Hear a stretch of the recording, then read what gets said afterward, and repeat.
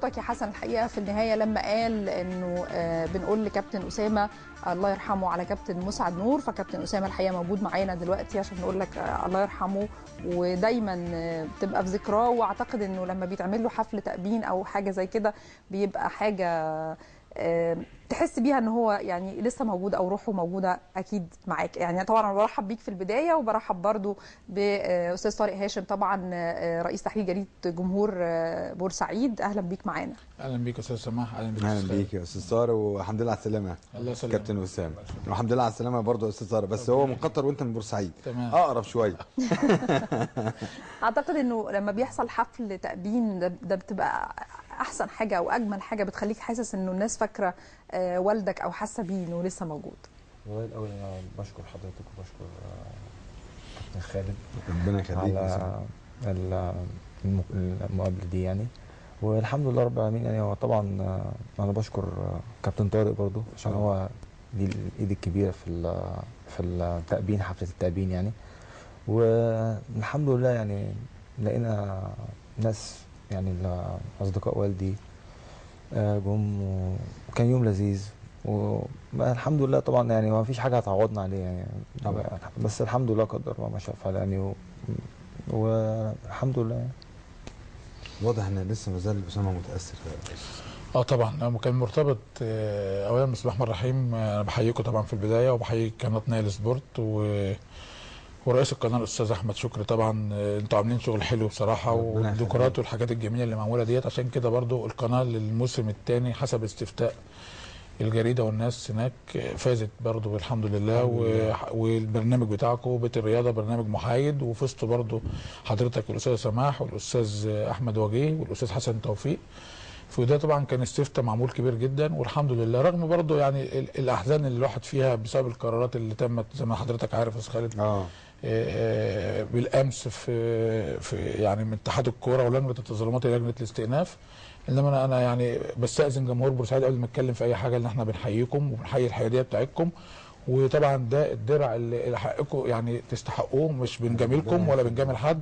انتوا فعلا تناولتوا القضيه بحياديه، تناولتوا حاجات كتيره جدا بحياديه سواء للاهلي او للمصري او للزمالك او للاسماعيلي. ده واجبنا، وده فعلا واجبكم الاعلامي فعلا. وبس انتوا برضه انتوا تناولتوه بلباقه وبشياكه وباحترام. في غيركم يعني تناولوا باسلوب مش كويس خالص، يعني بزرع الفتنه، بزرع الاحتقان، بزرع حاجات كتيره جدا. انما انتوا عشان ناس محترمه ورئيس القناه بتاعكم ناس محترمه، راجل محترم، تناولتوا القضيه بشياكه جدا. كل اللي خلف الكاميرات دول كلهم ناس المخرجين، المخرج استاذ علي او احمد وجاء او اي حد، كل الناس بصراحه اللي قاعدين حتى عندكم تناولوا هذه القضيه بحياديه. وبعدين مش المره دي بس، مره واثنين وثلاثه. انا عايزه اسالك على حاجه بمناسبه الحياديه اللي انت بتقولها دي، وخصوصا ان انت بتقول ايه، انا بستاذن جمهور بورسعيد كله او اهل بورسعيد كلهم ان انا اقول لكم او اكرمكم على الحياديه دي. الناس في بورسعيد بيتابعوا كل البرامج ولا بيتابعوا ايه؟ بما ان بورسعيد طبعا صغيره واكيد انت موجود هناك طول الوقت. الناس في بورسعيد ما بيسيبوش اي حاجه، اي حاجه خالص، بيتابعوا كل حاجه. يعني اقول لحضرتك على حاجه، لو 10 هنا بيتفرجوا على نايل سبورت هتلاقي 10 تانيين بيتفرجوا على قناه ثانيه. دريم مثلا او عصام شلتوت او خالد الغندور. يعني في ناس عندهم استاذ ابراهيم حجازي، استاذ احمد المسلماني، استاذ وائل الابراشي. في ناس كده يعني في بورسعيد بتشدهم الكاميرا للناس دي. فمش في بورسعيد بس، في مدن القناه كلها، اسماعيليه والسويس برضو، لان احنا عملنا معاهده من مدن القناه اسماعيليه والسويس وحطينا ايدينا في ايدين بعض كلنا، ان احنا اكتر ناس تعبنا في الهجره في الوقت اللي كان فيه. مش هقول مثلا اهل القاهره كان بيخشوا السيما او بيتفسحهم، احنا كنا بنهاجر، كنا بنحارب. النهارده احنا مازال بنتعب، مازال الظلم بيقع. عملتوا معاهده ما بينكم؟ معاهده الصلح. مدن القناه بمعنى ايه؟ احنا رحنا للاسماعيليه وقعدنا معاهم، وان شاء الله طالعين باتوبيسين من بورسعيد والاسماعيليه مع اخواتنا في السويس نقف معاهم في الحريق بتاع شركه النصر اللي حصل ده، وهنروح ونمد ايدينا كلنا وهنعمل معاهده تبقى كلنا ايد واحده مع بعض، في حيث ان احنا نشوف اللي محتاج حاجه. وده المفترض النهارده في خلال ايام الثوره دي، ده المفترض النهارده الكل يتآخى والكل يتحاب والكل يبقى ايد واحده مع بعض، بحيث ان احنا كمصريين او ناس بنحب بلدنا مصر نبعد بقى عن التعصب ونبعد عن المشاكل. دخلتنا في قصه لسه كان قدامنا وقت قبل ما ندخل فيها. طب هو انا لسه ما دخلناش، احنا بنتكلم بس جاي سخن علينا كده اهو. يعني لسه بنتكلم عن كابتن مسعد نور. الله اصل الواحد بصراحه حزين جدا يا استاذ خالد يا استاذ سماح من الظلم اللي بيقع علينا. احنا يا جماعه في يعني الناس في بورسعيد حاسين باضطهاد غريب جدا، يعني لدرجه احنا رضينا بالعقوبات الاولانيه. قبل ما ندخل في العقوبات يقوم طالع لنا عقوبات ثانيه. بس قبل ما ندخل في العقوبات لسه هندخل في العقوبات. انا عايز اعرف من اسامه، انت ليك تجربه خارج مصر وبتحضر دلوقتي برضو، يعني جميل جدا ان اسامه مسعد نور يبقى ليه علاقه بكره القدم ويبقى مدرب كره قدم، يعني ان هو يظل الاسم كبير. طبعا هو اسم رائع جدا ومحفور في التاريخ وفي قلوب كل من تابع كره القدم المصريه الكابتن مسعد نور. على فكره كان لاعب كويس جدا، كان اشول برضه. كان بيلعب معانا في الدوره الرمضانيه، ولعب في النادي المصري. الدوره الرمضانيه لما كنا ولعب في النادي المصري، ولعب في انديه كتيره جدا. انا فاكر، لا ما تخافش انا فاكر. لعب في انديه كتيره جدا غير المصري كمان.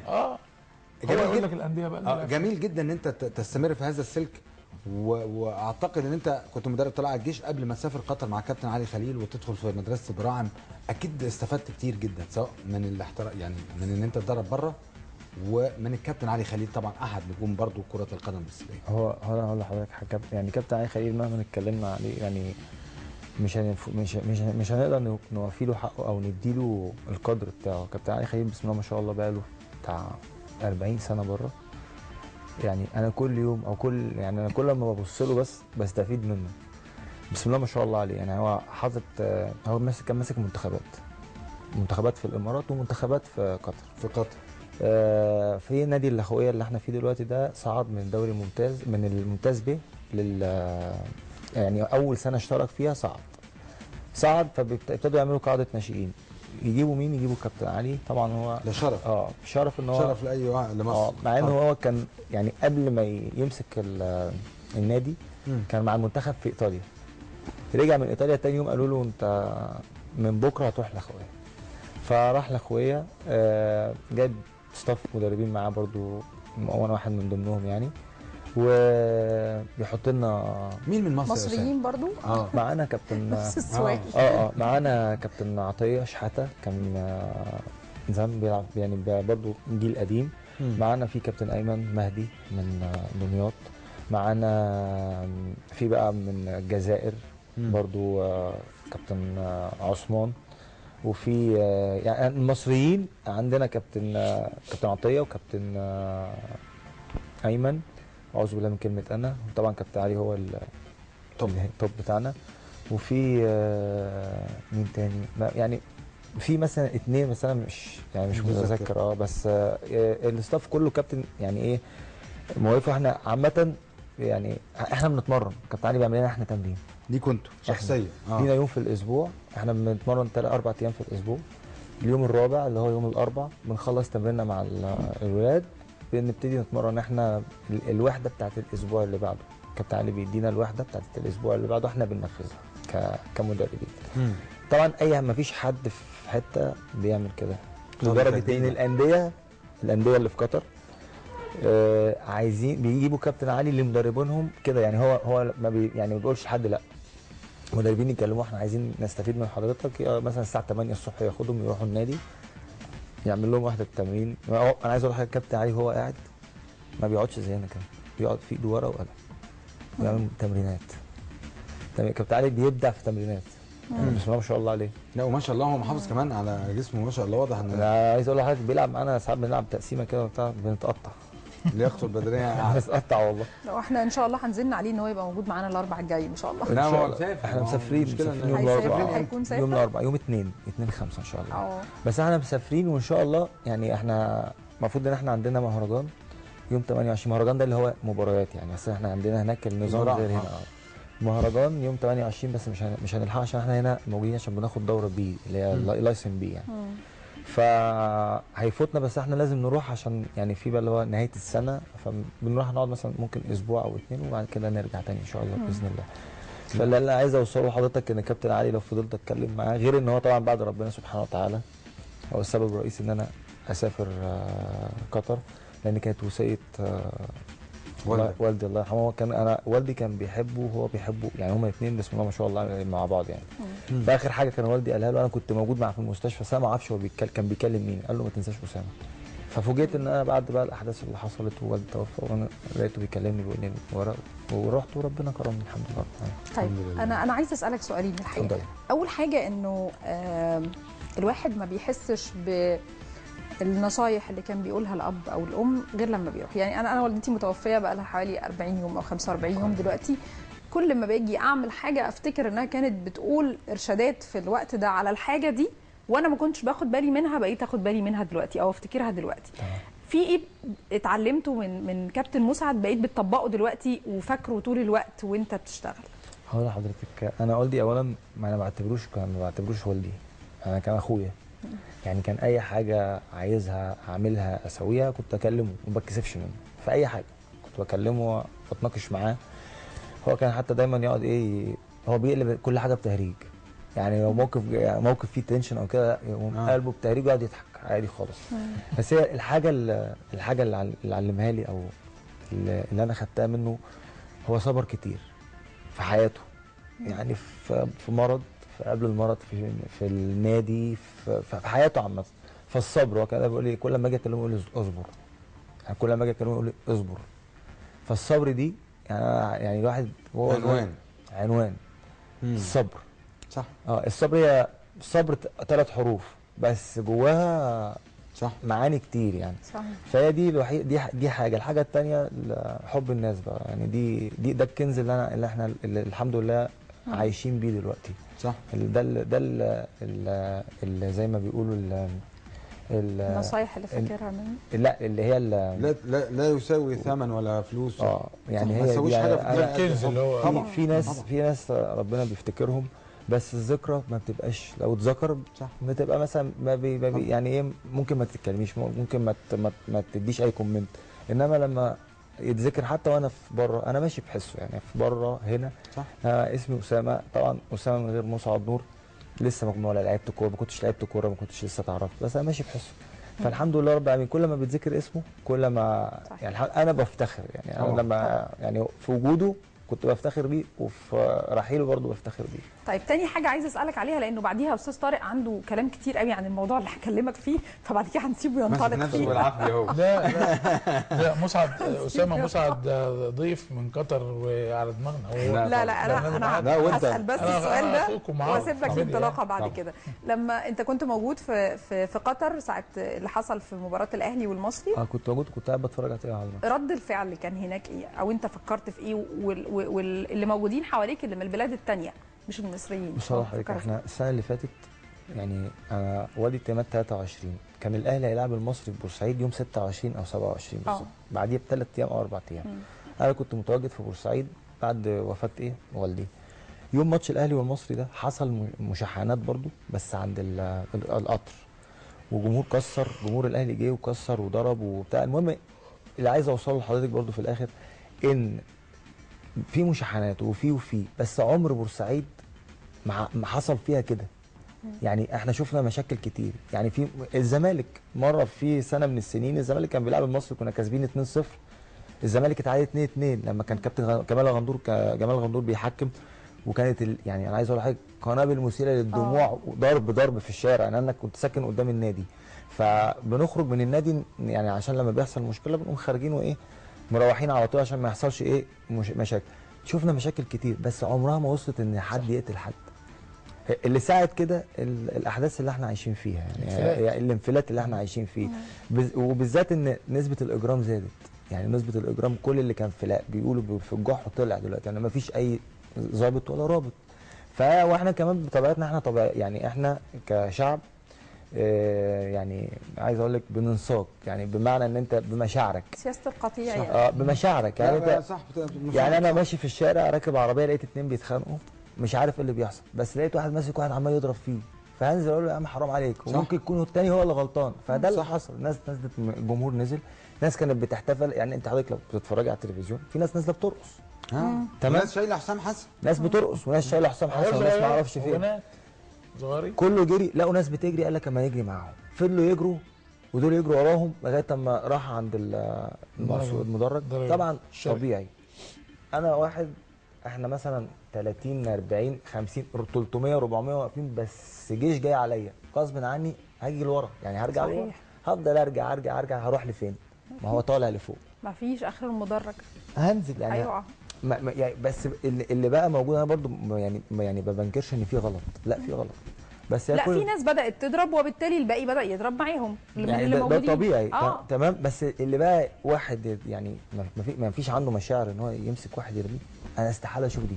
يعني انا استحاله في شعب بورسعيد اشوف واحد كده. التقرير الطبي برضه ما اثبتش الكلام ده. لا انا بقول يعني التقرير الطبي ما اثبتش ان في حد اترمى من فوق. بغض النظر بورسعيد دي مصر، احنا كلنا مصريين، بورسعيد هي مصر، صح، يعني احنا حته من مصر طبعا، مش يعني مش بعيد عن مصر يعني. انت فاهم حضرتك قصدي؟ بس هي الواحد استعجب، يعني بيقول لك ناس ماتت و73 و75. المشكله بقى في كمان حاجه، انا كنت قاعد بتفرج على التلفزيون، كل شويه يجيب واحد على التليفون، انا قدامي ناس بتموت، انا قدامي 65 واحد ما اعرفش ميتين في الارض، ده من جوه الاوضه بتاعت النادي الاهلي، انا جوايا بس ما اعرفش مين، يعني انا مش متذكر.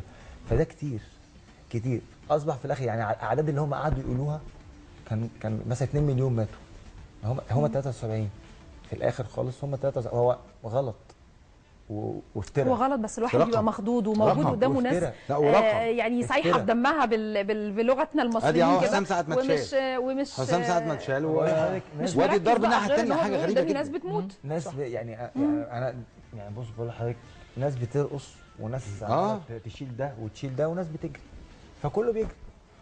وبعدين شباب صغير، يعني شباب صغير برضه في يعني زي الورد، واخد بال حضرتك؟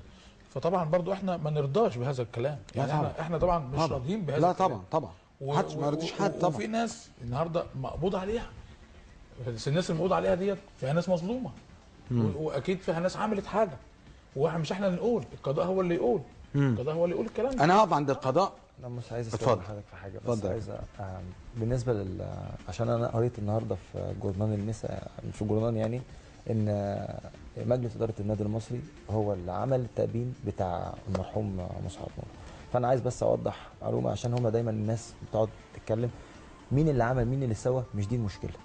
المشكله في ان مسعد نور لما بيتقال مسعد نور بيتقال النادي المصري، بيتقال بورسعيد. طبعا تمام، طبعا ده الف ب. اوكي طيب، فين اعضاء مجلس اداره النادي المصري في تأبين مسعد نور؟ مفيش واحد جه.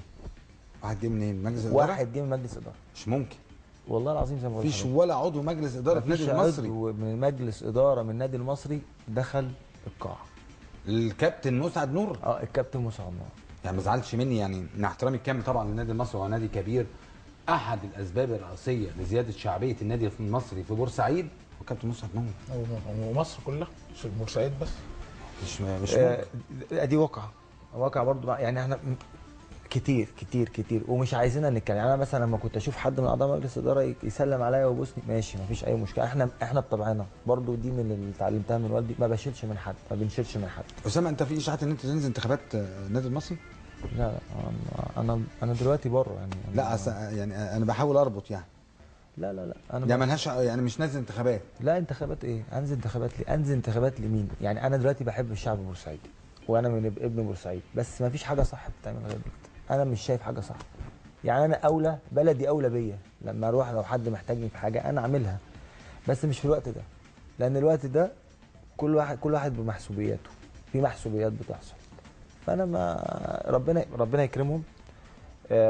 بحترمهم كلهم، بحترم مجلس الاداره كله، بحترم الصغير قبل الكبير في النادي المصري في بورسعيد كلها، بس علامه استفهام على اللي حصل ده، مش اكتر ولا ده اللي انا عايز اقوله. هي الاصداء ايه على هبوط النادي المصري في بورسعيد؟ يعني انت كنت موجود، انا هسمع ده من الاستاذ طارق برضه، بس عايز اسمع حضرتك. انا سمعت الخبر ده، هو طلع امبارح. انا كنت في بورسعيد، ما كنتش لسه جيت يعني. طبعا بورسعيد بتاكل وبتشرب كوره، والاسماعيليه كده، الاسماعيليه والسويس. اوكي. لدرجه ان انا كنت قاعد في مكان، جه واحد فبيتكلم مع واحد جنبي، فبيقول له مش عارف بيتكلموا في شغل، قال له يا عم شغل ايه دلوقتي، اصبر. فانا ما اعرفش، ما كنتش لسه اعرف حاجه. قال له في ايه؟ قال له بورسعيد النادي المصري نزل. قال له يعني بورسعيد النادي المصري نزل، مش هناكل مش هنشرب مش هنروح شغلنا؟ قال له مش هناكل مش هنشرب مش هنروح شغلنا. فده الشعب البورسعيدي. انت حضرتك بتقولي هو لغايه دلوقتي يعني متهيألي ما فيش حاجه، يعني ما فيش ولا يعني ما فيش تجمعات، ما فيش. لا حصل حصل انا يعني ده اللي حصل معايا، ده الواقع اللي حصل قدامي. طيب. حصل تجمعات، حصل تظاهرات، حصل غضب عارم جدا. طب احنا لسه هنتكلم في ده، بس عشان الوقت ما يسرقناش تعالوا نشوف نجم من نجوم كرة القدم المصرية كان حريص على الحضور حفل تأبين الكابتن مسعد نور، واللي ما حضروش اعضاء مجلس إدارة النادي المصري في علامة استفهام كبيرة جدا جدا جدا. لماذا؟ كابتن مسعد نور شرف لاي نادي ان هو يكون بيلعب ليه، وشرف لاي شعب بورسعيد كله ان كابتن مسعد نور من مواليد مدينه بورسعيد. تعالوا نشوف نجم كابتن جمال عبد الحميد في حفل تأبين الكابتن مسعد نور ونرجع لحضراتكم مره ثانيه.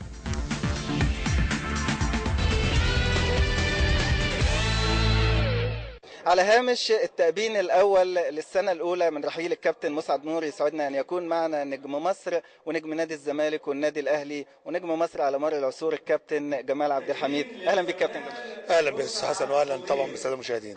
كابتن جمال، ذكرياتك مع مسعد نور، واحنا عارفين أنكم 2 مهاجمين من الطراز الفريد. والله أنا ليا ذكريات كثيرة جدا، يعني أنا جاي أصلا هنا بورسعيد للكابتن مسعد نور في أول ذكرى ليه، لأن هو أصلا كصديق ملعب وصديق وخارج ملعب.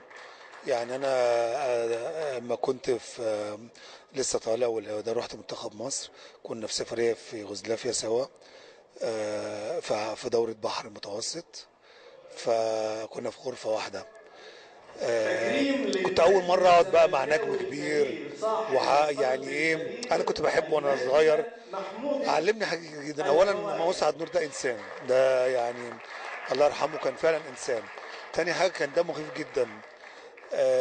مسعد نور كان كفايه ان انا اقول لك ان كل اللعيبه، احنا كنا رايحين 18 لاعب، ال 18 لاعب بيقعدوا في الغرفه معانا في الاوضه، مش عارف انام من كتر ما هو بيحبوه فبيجوا له. مين بقى؟ الخطيب ومصطفى عبده وكل النجوم الكبار بيدوروا فين مسعد نور يقعدوا معاه. فتعلمت منه ازاي اللعيبه تحبني في وقت من الاوقات، ازاي ابقى خدوم، ازاي يبقى ابن بلد. فهو بصراحه ما شاء الله يعني علمني حاجات كتير جدا غير الكوره بقى. فنياته كانت عاليه جدا، كان راس حربه من الناس اللي كنت اتمتع بيهم وانا بلعب جنبه او بلعب قصاده. الحاجه الحلوه اللي انا عرفتها اخيرا، طبعا بعد ما بطلنا، انا ما باجي بورسعيد هنا لازم مسعد نور رقم 1 اتصل بيه، انا جاي بورسعيد عشان نقعد مع بعض في، انت عارف، احد المحلات اللي هي بتاعت الاسماك ديت، ونقعد بقى يوم كامل مع بعض. مراتي بقى تنزل السوق وانا اقعد مع مسعد نور. فكان في ود، لما ينزل مصر كان بيتصل بيا يشوفني موجود ولا مش موجود، نبقى مع بعض. فمسعد نور من الناس اللي تحب تقعد معهم، الله يرحمه طبعا، ادخلوا فسيح جناته ويصبر اهله طبعا.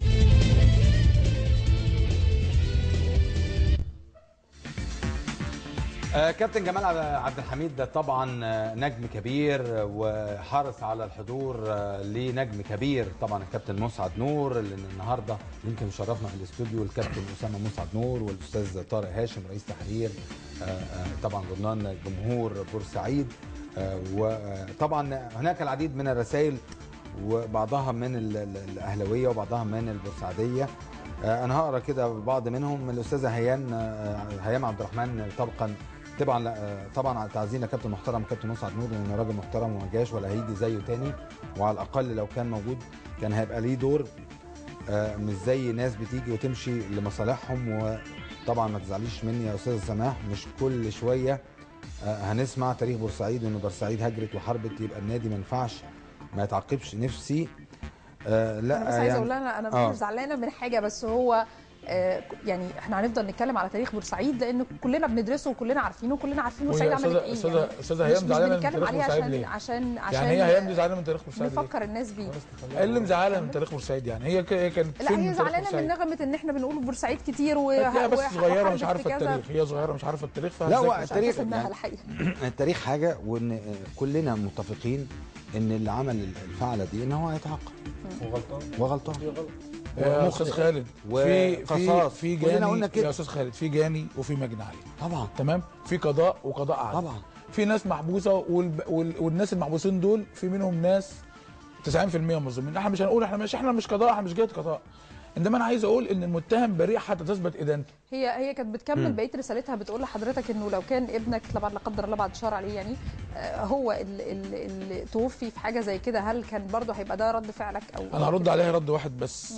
اللي انا عملت تقريرات مع اسر الشهداء اللي في بورسعيد واسر الناس، مش هقول بقى اللي هم المتهمين، لا المحبوسين على ذمه القضيه. الناس المحبوسين على ذمه القضيه قالوا لو ابننا اتصور او ضرب او كان بيموت احنا عايزين نعدمه هنا في ميدان المسله. هم اهالي الناس المحبوسه قالوا نفس الكلام، والكلام ده مسجل وموجود. خد بال حضرتك. انما هي بقى تقول زي ما هي عايزه، هي عندها كام سنه الله اعلم، ما تعرفش حاجه، فهي كل واحد على قد قدره. طيب اتفضل كابتن اسامه. ليه دماغها هي مدام هيام بتقول يعني هيام بتقول ان لو كان ابنك كانت ده اهميه قوي في الكلام يعني. نفس القصه سمعتها كان في برنامج برضو راجل كبير والد واحد، فبيقول للراجل انت حط ابنك مكانه. ليه وصل بينا يعني ليه وصل بينا الوضع ان يعني بتدخل يعني خلاص ده قضاء وقدر. بص يا اسامه، هي بتنتمي ان انا اتمنى لك شر وانت تتمنى وانت تتمني لي شر، يعني ما ينفعش يعني حرام. هي بتنتمي النادي، احنا ما بنتكلمش عن النادي، هي بتنتمي هي النادي قوي، فبتتكلم عن النادي. احنا بنقول يعني مش هندي الرساله يعني مع احترامي ليها ومع احترامي الانتماء حلو. الانتماء حلو بس يبقى في حاجه، يبقى الاسلوب حلو. لان في انا ما اتعلمتش لغه الاختلاف. ده مش انتماء، لا لازم يكون في لغه الاختلاف. كنت لسه اقول لك الانتماء حلو، ان التعصب بس التعصب هو المشكله. ان انا بنتمي، انا المفروض انتمي البلد ومن خلال البلد انتمي النادي، انما انا بنتمي النادي وبعد كده بنتمي البلد. احنا دلوقتي احنا حالنا بقى كده، خلينا في مصر بنتمي لنادي وبعد كده ببتدي انتمي للبلد. لا ده هي الاول احنا في بلد كبيره وفيها خلي نظره اعم شويه يعني.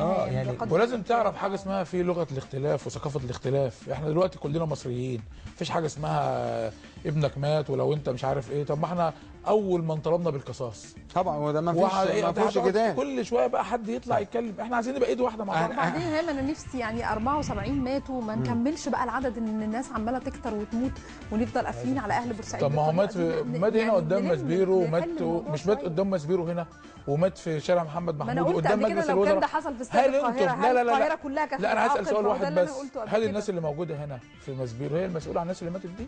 لا طبعا. هل القاهره المسؤوله عن اللي ماتوا قدام مجلس الوزراء؟ لا. او قدام مجلس الشعب؟ طبعا لا طبعا. احنا مسؤولين كاهل. احنا بقى ايه تتكلم، في ناس اتمسكت وفي قضاء وفي ناس محبوسه طبعا ما فيش شك، والمتهم بريء حسب. خلينا نرجع للقرارات. اسامه، رايك كيف قرارات لجنه التظلمات؟ بس انا طبعا قانونا مش ما افهمش قوي بس هي كل المشكله يعني ان في اتحاد كوره، ده منظومه، ده اللي هو يعني الرئيس، يعني اتحاد الكوره ده اللي هو الاتحاد المصري لكره القدم، اللي هو بيدير شؤون الكوره في مصر. تمام. لجنه التظلمات بتتبع اتحاد الكوره المصري. مش معقول اتحاد الكوره ياخد قرار وبعد كده اللجنه اللي جوه الاتحاد تاخد قرار تاني. يعني انا استعجبت. هو ده اللي انا يمكن سالته المستشار جلال ابراهيم. انا كان ليا جلسه بره قبل ما يخش حضرتك، فبساله قال لي انا ما شفتش يعني القوانين او اللوائح بتاعه اتحاد الكوره للقصه دي. فهي دي كل المشكله، يعني هي دي المشكله، ان انا يعني ازاي لجنه جوه منظومه تدي قرار زي ده دلوقتي سمعنا ان اتحاد الكوره هو اللي عايز يطعن، هو اللي بيطعن على قرار لجنه التظلمات وعايز يمشي لجنه التظلمات. صح. احد الاخبار اللي قلناها النهارده. يعني ازاي؟ انا شايفك مجمع ورق تاني. لا مش مجمع ورق ولا حاجه، انا بس يعني دي مذاكره، دي انا عايز اعرف بس. لا يعني اصل في بعض النقاد الرياضيين طلعوا في احدى البرامج الرياضيه وقال لك ان لمحهم ان دي محكمه رياضيه. دي ليست محكمه رياضيه، لان ما عندناش محكمه رياضيه، دي لجنه استئناف، اسمها لجنه استئناف. لا ما عندناش محكمه، والدليل على كده ان احنا في القانون الجديد بتاع الرياضه الدكتور عماد البناني عايز يحط محكمه رياضيه. يا استاذ خالد، النهارده اللجنه دي غلظت العقوبات. يعني انا داخل النهارده عندي 25 سنه 25 سنه مؤبد، تقوم تديني اعدام؟ يعني النهارده انا بعترض على قرار معين او حاجه معينه. اللجنه دي انا مع احترامي ليها، ولجنه قضاء وقضاء محترم وناس محترمه، بس ممكن يكون صوابهم الخطا. والمستشار حازم بدوي انا سمعته برضه في احدى القنوات امبارح بيقول ممكن يكون صوابني الخطا، ممكن يكون غلطان. انما النهارده ما تجيش انت ده انت عارف يعني اطرف حاجه لفتت نظري في العقوبات ايه؟ تحويل فهيم عمر للتحقيق مع التوصيه بتوقيع عقوبه عليه. يعني وصفوا نفسهم محكمه رياضيه. يعني حيدان يعني هذه القرارات موجوده على موقع اتحاد الكوره، وموجوده بالخط اليدوي على اتحاد الكوره، على موقع اتحاد الكوره. بيقولوا ايه؟ تحويل فهيم عمر للتحقيق من قبل لجنه الحكام بتوصيه توقيع عقوبه بس لجنه الحكام رفضت. طبعا رفضت، لان النهارده انت بتحولني للجنه حكام. يعني لجنه حكام بتحولني لجنه للتحقيق وبتوصي عليا، يعني انتوا بتوصفوا نفسكم كمحكمه رياضيه. طبعا مش قانوني. النهارده اللجنه دي 7 قانونيين، ما فيش فيهم واحد رياضي. يعني النهارده يعني برضو امبارح سمعت برضو المستشار حازم بدوي، مع احترامي لحضرته راجل قضاء محترم، بيقول ان هو ما استعرضش السيديهات اللي جات له من النادي المصري. المستشار محمد الغريبي مستشار قانوني النادي المصري في اتصال هاتفي معايا بالامس قال انا كنت موجود، وكان موجود معاه سامي شليل مدير العلاقات العامه وحسن كامل القائم بالمدير التنفيذي للنادي المصري، واستعرضوا العقوبات وكان بيعلمهم على الحاجات بالقلم الاحمر على السيديهات اللي كان فيها الجمهور النادي المصري، الجمهور النادي الاهلي لما كسر البوابات من المدرج الشرقي ونزل ضرب الشماريخ وحاجات من هذا القبيل. النهارده استاذ خالد العقوبات دي يعني انا من وجهه نظري انا اللي هي مبالغه شويه، يعني فيها يعني بدليل ان اللجنه برئاسه الاستاذ انور صالح هي اللي هتطعن بالقرار، عايزه تطعن بالقرار وعايزه تقيل اللجنه، عايزه تقيل لجنه الاستئناف. مش عارفين هل هذا الكلام ده صحيح ولا الكلام ده ملوش اساس ولا الكلام ده مظبوط او ايه الموضوع بالظبط، الله اعلم. بس اللي انا عايز اقوله ان القرار ده بعد ما الدنيا هدت، وده مش وقته وده مش توقيته. يعني النهارده هم نفذوا، اللجنه دي نفذت كلام النادي الاهلي بحذافيره في مؤتمر صحفي بتاريخ 27/3 في النادي الاهلي. المدير النادي الكابتن محمود علام طلع قال بالنص كده احنا لا نعترف بقرارات لجنه اتحاد الكره ونعترف بقرارات الاستئناف. طب الاستئناف، لجنه الاستئناف اهيت اللي انتوا عايزينه 5 سنين وزياده مش هتيجي في بورسعيد، وكمان مع هبوط النادي المصري للدرجه الاولى في 2013 2014، يعني تجميد. انا داخل بستأنف في قرار تجميد، تقوم انت كمان معاقبني بالهبوط. طب في حاجه ثانيه مهمه، انت ليه زودت عقوبه حسام غالي ل6 مباريات؟ عشان تدي فرصه، لان القانون الدولي يا استاذ خالد ما بيسمحش للاعب انه يتظلم في القرار ده لو هو موقوف 4 مباريات، لازم تكون 6 مباريات. فعشان انا اتظلم في قرار الايقاف بتاع حسام غالي ال4 مباريات ديت ما ينفعش، القانون الدولي بيقول لك لا 6. فهم هيتظلموا في قرار حسام غالي، فهيشال العقوبه بتاعت حسام غالي. الحاجه الثانيه النهارده هم نفذوا كل ما قاله الكابتن حسن حمدي بالظبط. هم عايزين كده، عايزين هبوط النادي المصري. كابتن حسن حمدي قال لك هبوط النادي المصري و5 سنين مش هخش بورسعيد. لجنه الاستئناف نفذت له كلامه بحذافيرها. 4 سنين متهيألي صح؟ 5 سنين لجنه الاستئناف نفذت له. قارنت القرارين، نفذت له القرار اللي طلع والقرار اللي فات. القرار ده طلع مفيش رأي عام، مفيش رأي عام دلوقتي. انت حضرتك بعد ما القرار ده طلع شايف حد من النادي الاهلي او حد يعني من جماهير النادي الاهلي بيتكلم؟ طلع ما بيتكلمش. القرار لما طلع المره اللي فاتت وقال لك 2 و4 سنين الدنيا قامت ما عادتش. صح ولا مش صح؟ كده فعلا زي ما استاذ طارق بيقول ان يعني كل حاجه اتعملت. ما هي 5 سنين بدليل ايه؟ 5 سنين والسنه اللي بعد كده انت مش هتلعب النادي المصري، ما انت عامل لك هبوط في 2013. 4 سنين. مع 4 سنين على الاستاد. مع هبوط ايه؟ 4 سنين. 4 سنين الاستاد من لحظه القرار. 4 سنين مع هبوط ايه؟ بعد كده مع هبوط المصري وترجع تلعب في الدرجه الاولى 2013 2014. يعني كده ال5 سنين النادي الاهلي عايزهم. ما انت هتلعب مش انت هو النادي الاهلي هيهبط؟ بغض النظر 4-5 ما هي عقوبه اتعملت وخلاص مفيش مشكله. بس هي كل المشكله ان احنا مش عايزين نمشي ورا اهواء بعض، احنا هناخد القرار الصح اللي الناس شايفاه، مش الناس. احنا بنبص من نظره، وده بيبص من نظره، وده بيبص من نظره. فين بقى الناس الكبيره اللي تاخد القرار؟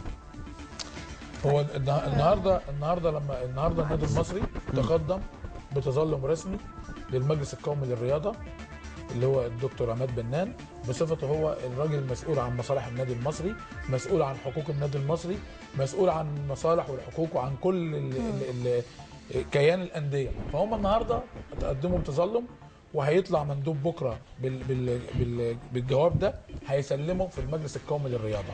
على العموم هنروح سريعا لتقرير الكابتن احمد مصطفى احد نجوم طبعا بورسعيد في حفل تأبين الكابتن مسعد نور، ونعود مره ثانيه نستكمل حديثنا مع الاستاذ طارق هاشم والكابتن اسامه مسعد.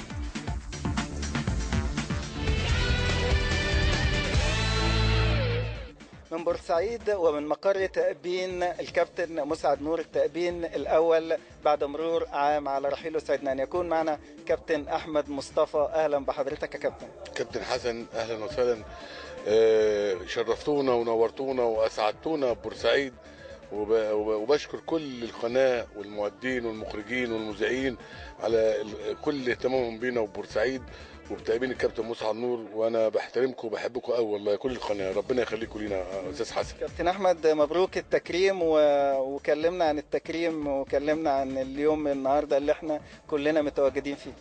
والله اليوم النهارده يعني يوم تأبين كابتن مصر وكابتن النادي المصري كابتن مسعد نور، رحمه الله عليه. كان انسان حد محترم، حد متواضع، بينه وبينه عشت 50 سنه، اعرفه من الستينات. كنت بلعب معاه ببور فؤاد، وبعدين لعبت معاه في دمياط، وبعدين رحنا النادي المصري. مسعد نور رمز من رموز الكوره ببورسعيد، الاخلاق والتواضع يا ابو علي. يعني لو كلمتني بقى عن، انا عارف قفشاتكم وذكرياتكم الجميله مع بعض، مسعد نور اهم قفشاته معاك وذكرياته الحلوه كانت معاك. مسعد نور هو كان يتسمى يعني التواضع، وبني ادم خجول جدا جدا جدا. حتى في الملعب لما واحنا بنلعب ما كانش يعني يزعل حد ولا كده. في بقى بس حاجات كده يعني طريفه معاه في الملعب، زي ما انت بتحكي لي كده ابو علي. كنا رايحين مع بوشكاش، رايحين سويسرا، وبعدين كنا 3 جوال انا وفاروق رضوان الله يرحمه وحسين صالح. فاتفقت مع مسعد نور في اوضه اللبس، قلت له مسعد شوط من بعيد وانا امسك وحاجات كده عشان اسافر يعني، وحبيب عمري يعني. قال لي ابو حميد حاضر ما فيش مشكله، بس انا هعمل لك من بعيد كده. كنا بنلعب بور فؤاد يعني، بيحطوا 3 جول، كنا هيسافر جونيل يعني. ومسعد حبيبي واخويا وحبيب عمري، ونزلت الملعب تمرين تقسيمه يعني. لقيت مسعد واحد تاني.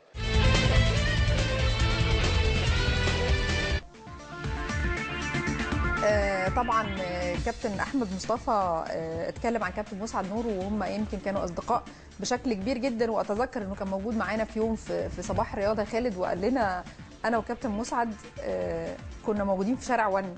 فاكر شارع صح كنا موجودين في شارع ون.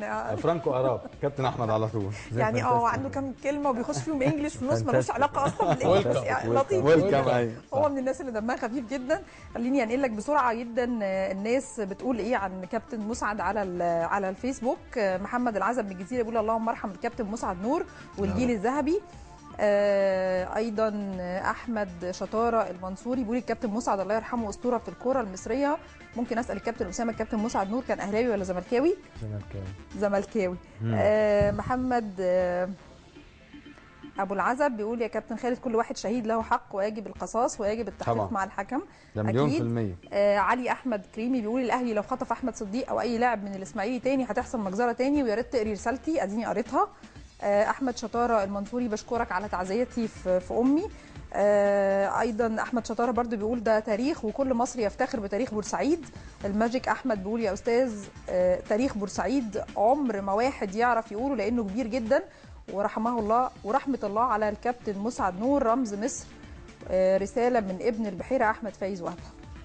انا بشكرهم كلهم طبعا اللي بعتوا الرسائل ديت. احنا عشان نبقى محايدين بقى زي ما قلنا رساله هيام قلنا بقيه الرسائل اللي موجوده. بشكرهم، ويا ريت الاستاذه هيام تتعلم بس من الرسائل يعني يبقى في اختلاف. كله بالهي مش مشكله. يعني كله احنا برضه هي قالت وجهه نظرها وجهه نظرها تكون بشياكه، مش وجهه نظرها تبقى قاسيه كده. هي عبرت عليها بطريقتها بقى.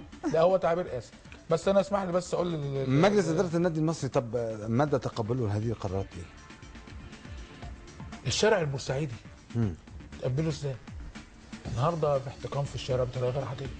الناس حاسه بالظلم، حاسه ان كل حاجه بورسعيد. كل حاجه تيجي على بورسعيد، الغاء المنطقه الحره بورسعيد، الغاء شارع التفريعه والحاجات اللي كانت تحصل في شارع التفريعه في بورسعيد، المنافذ والتوريدات والبطاقه الاستيراديه بورسعيد، كل ده وقف. يعني ما عادش في شغل خالص في بورسعيد، بورسعيد ماتت. وكمان عايزين يخلصوا عليهم في النادي المصري المتنفس الوحيد لشعب بورسعيد، المتنفس الوحيد. هم ممكن اي الشارع البورسعيدي ده ما ياكلش ما يشربش، بس يروح ورا النادي المصري. يروح هنا. النادي المصري ما ذنبوش حاجه في القضيه دي، القضيه دي قضيه جمهور. عاقب الجمهور بعدم حضور مباريات النادي المصري كلها. عاقب الجمهور ولاعب النادي المصري بره.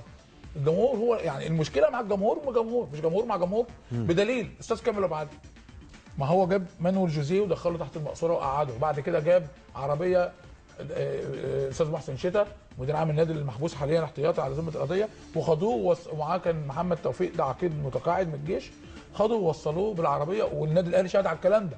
كابتن سيد عبد الحفيظ وما يقدرش ينكر الكلام اللي بقوله لك ده، وهاته على التليفون. خدوه ووصلوه، كان باتصالات مع سيد عبد الحفيظ والكلام ده، ووصلوه لغايه نادي اسمه نادي الابطال قدام مطار الجميل. حلو. القرارات ايه؟ النادي المصري هيطلع قرارات ردا على قرار لجنه التظلمات؟ طلع هو طبعا عشان خلاص دلوقتي اول حاجه هيتقدم بالتماس عاجل لمجلس القومي للرياضه بصفته الجهه الاداريه المنوطه بها حفظ مصالح حقوق الانديه، وده بالفعل خلاص عملوا وهيقدموه بكره. اللجنه طبعا 7 اعضائها ما فيهمش ولا يوجد عضو رياضي منهم، كما ان هذه اللجنه ليست محكمه رياضيه معتمده. رفع دعوه عاجله في محكمه القضاء الاداري بمجلس الدوله للطعن على القرارات قانونيا، على قانونيه القرارات يعني. ايوه. لان هذه اللجنه لجنه استئناف وليست محكمه رياضيه معتمده. دراسه واعداد ملف كامل بالمستندات لتقديمها الى المحكمه الرياضيه بسويسرا. طبعا اثناء الاجتماع كان موجود على الهاتف استاذ كامل عادل، موجود حاليا في المغرب، و يعني هم دلوقتي مجلس الاداره يعني مع كلامنا بيهم واتصالاتي معاهم قال لك احنا مش هنسيب حق النادي، وهنعمل كل ما في وسعنا لغايه ما حق النادي يرجع له تاني. بعد كده بالنسبه يعني هم بيناشدوا المشير الطنطاوي للتدخل، بيناشدوا رئيس الوزراء للتدخل، بيناشدوا الدكتور عماد البناني رئيس المجلس القومي للرياضه للتدخل، لان القرار النهارده انا رايح عندي 25 سنه مؤبد، انت عدمتني وعدمت بورسعيد وعدمت النادي المصري وعدمت شعب بورسعيد، وفي نفس الوقت في ناس كمان محبوسه. يعني خلصت على بورسعيد خالص، ما عادش فيك طبعا كده بقى ولا بورسعيد ولا مصر ولا اي حاجه خلاص. لعيبه المصري راحوا فين؟ موجودين قاعدين وبيتدربوا مع انديه هنا، بيلعبوا في مصر. بيلعبوا في مصر وموجودين وبيتمرنوا. وعلى فكره لعيبه النادي المصري كان في اتصال ببعض اللعيبه مع مجلس الاداره وهم عايزين يقعدوا، بس ينفذوا عقودهم، بس دلوقتي القرار هيختلف طبعا بعد الهبوط. اللعيبه ممكن هتمشي هتروح نادي تاني. المشكله مش في المشكله في النادي، المشكله في النادي، ومستقبل النادي مع الباقي الكاس والدوري واللي هيجرى. المشكله برضو مش لعيبه مصر، في لعيبه الممتاز كلهم بسم الله ما شاء الله عليهم، ربنا يكرمهم يعني، ربنا يزيدهم. بس في لعيبه تانية يعني مش موجوده خالص يعني. في لعيبه تانية الواحد انا كنت اتفرج على التلفزيون يعني ما فيش خالص يعني. في تانية اللي هي من ممتاز به. ايوه انا بقول لك ممكن شويه فيها، انما الثانيه والثالثه ما فيش خالص. استاذ خالد انا بعد اذن حضرتك انا عايز اشكر حد بس زعلان على الصفحه منه، حد جميل قوي يعني جاي لبورسعيد، وده يعني احنا بنشكره. الدكتور رأفت عبد العظيم ارسل وفد من نادي الاسماعيلي برئاسه الاستاذ ابراهيم عبد الرحيم لحضور تأبين كابتن مسعد، وقابله اسامه مسعد نور، ويعني ده مجلس اداره الاسماعيلي، مجلس اداره الاسماعيلي، ومجلس اداره نادي دمياط رئيسه كابتن العربي عاشور حضر برضه التأبين. ده بخلاف بقى الرياضيين كلهم، اسامه خليل، الكابتن اسامه خليل طبعا انت عارف اسامه خليل ده خالد اسم وخال مسعد طبعا ونجمه اسم كبير، الكابتن جمال عبد الحميد، الكابتن محمود ابو رجيله الانسان المحترم الجميل، كابتن محمود الخواجه، مصطفى رياض، عبد المنعم الحاج، محسن صالح، اينو. بس انا زعلان من مجلس اداره النادي المصري، وما اعتقدش ان حد بورسعيد هيكون سعيد ان هو ما فيش عضو مجلس اداره من النادي المصري حضر تأبين الكابتن مسعد نور. ماتش ريال مدريد وبايرن ميونخ على صفيح ساخن 2-1 لريال مدريد، نفس نتيجه لقاء الذهاب. يعني واضح ان لقاء امس ولقاء اليوم على صفيح ساخن يا سماح في دوري ابطال اوروبا. انت عندك رسائل. شعبان عبد الوهاب بيقول اولا يا استاذ اسامه الكابتن مسعد نور لا يمكن حد ينساه باخلاقه الطيبه الله يرحمه. وبعزيكي برضو يا استاذه سماح الله يرحم الجميع شكرا. ويا استاذ طارق رجاء راعي مشاعر امهات واباء الشهداء. والله انا مراعيهم وعزتهم وطلبتهم للحضور لبورسعيد اكثر من مره. وكان اخر مره هنا في اللقاء عندكم وطلبتهم واتمنى ان انا اروح لهم ويقابلوني لو يرضوا يقابلوني. انا خلالكم اهو انا بقول انا نفسي اروح لهم ونفسي اكون متواجد وسطهم لان طبعا ابني اللي مات مش ابنهم. الله يكون في عونهم. وقتنا انتهى ونشكرك يا استاذ طارق. كابتن اسامه شرفتنا ونورتنا وكابتن مسعد نور.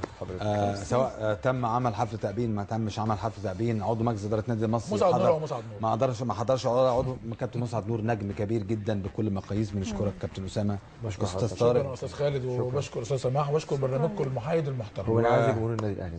نعم وبنعزي جمهور النادي طبعا بنعزي طبعا جمهور النادي الاهلي. ما قدمناش واجب التعازي يعني طبعا. احنا بس اهم حاجه عشان انت كنت داخل مكشر الاول ودلوقتي خارج مبتسم ده كويس بالنسبه لنا جدا يعني. الحمد لله شرفتونا النهارده. ويعني قبل ما نختم احمد علي ابو حلاوه بيقول هي كل قناه نايل